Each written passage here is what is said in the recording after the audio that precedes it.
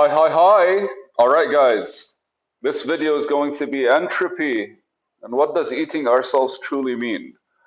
I understand most of the people that watch, because like I see my watch time is about 1 minute and a half, 2 minutes. Bruh, this is entertainment.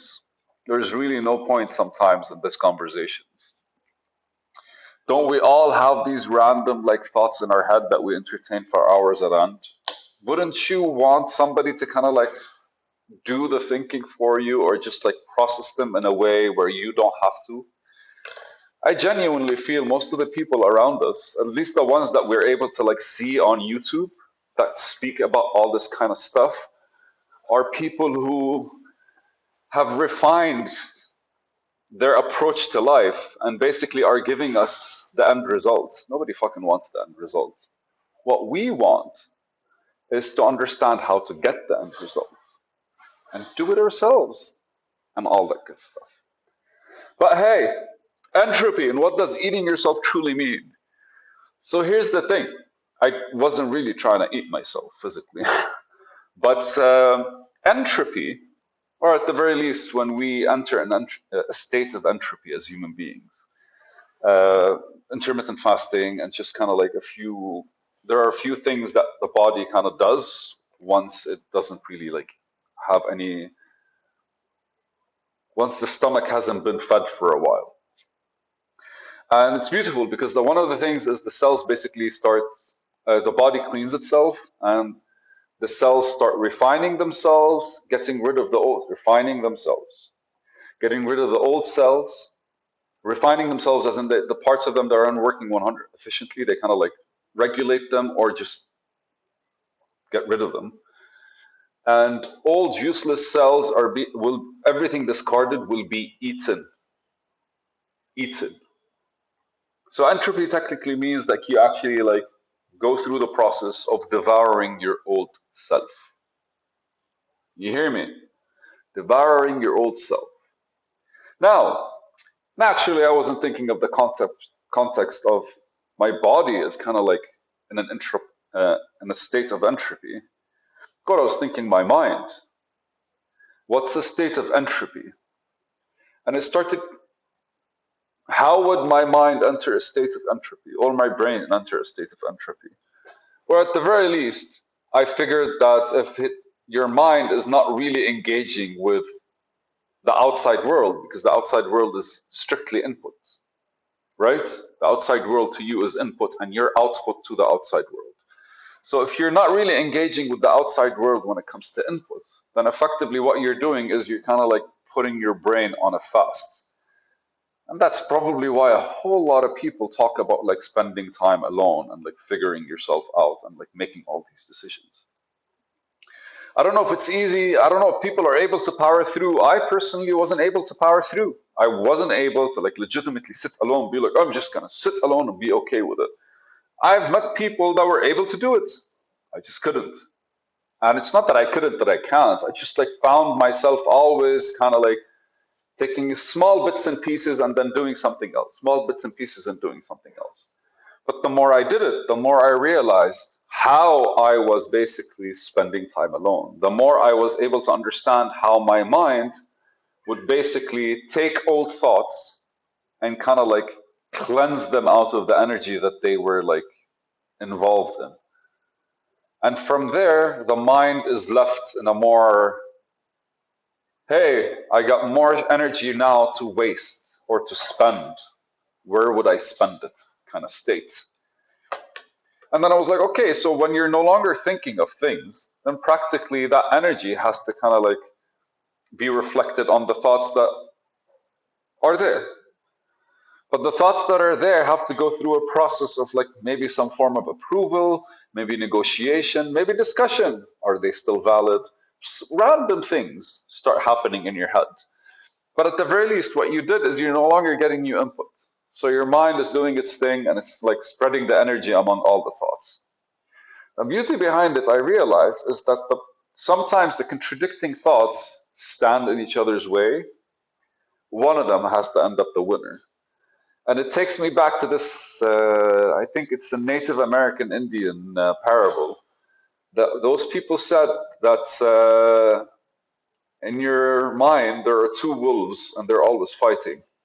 And the old man basically would say that. And the young, I think, I don't know, young person would ask, who won? And the old man would respond with whatever wolf you feed. And the idea behind it is we are a bundle, the duality of our nature. It's like there's always like something opposing something else.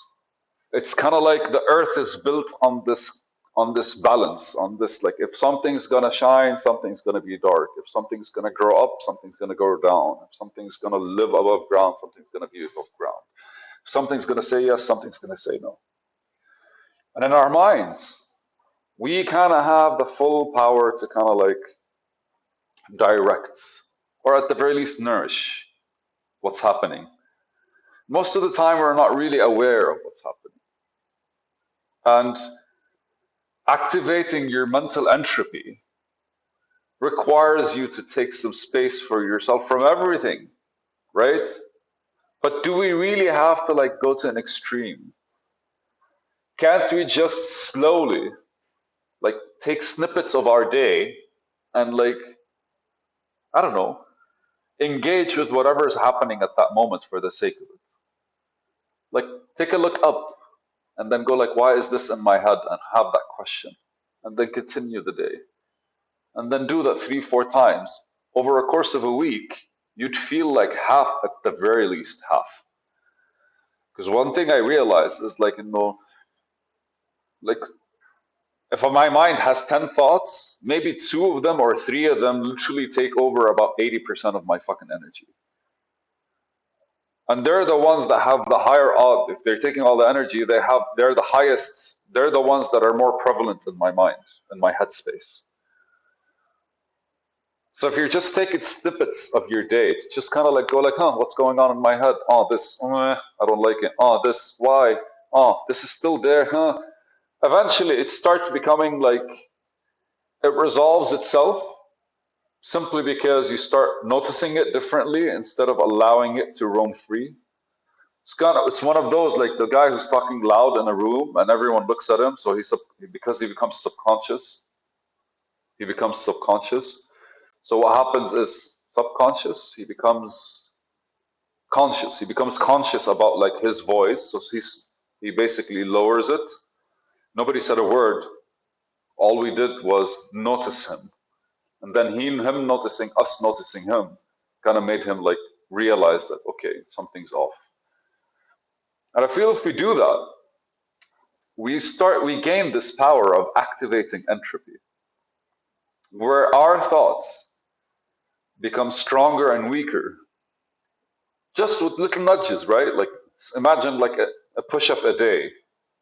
You'd be much stronger after 10 days or 30 days than you were without the push-ups, even though it's one fucking push-up. And if you do that like 5 times a day, like 5 push-ups, one in the morning, one before you take a shower, one before you enter, I don't know, like randomly spread them. I don't fucking care. But then basically what effectively we're doing is we're kind of like feeding the wolf that we want and engaging with the thoughts that we care for. And ultimately giving our mind the power of entropy without us being really involved, without the effort that comes with it, without the little engagements, without the putting it on the calendar as a to-do list, without looking at ourselves and being like, you should start being this kind of person, without effectively being assholes to ourselves, without uh, random grandiose goals about how we're going to change overnight maybe or in a couple of weeks or any of that shit, without you just literally applying something that is not really natural to you. Because let's face it, most of us kind of like make our decisions based on what inspire us, what motivate us, what trigger us. We don't really understand how we would do them. And we are very unique as human beings. Our own styles and our approaches are very profoundly us. And if at any point we're trying to do something the way we learned it from somebody else, we're not really doing it the way it could be done. Because when it comes to us, it really would be done exactly how we would do it. And for us to figure that out really probably needs our mind to kind of like be doing its own thing. Like, leave us alone. Because we are the ones that interfere. We engage with things under a pretense, under a judgment, and we screw with our reality. Screw with our reality. We add all these little rules and regulations, not knowing what rules and regulations apply to us and what don't. Effectively, we'd be treating ourselves the same way society basically imposes its laws on us. How the hell are we going to respect that?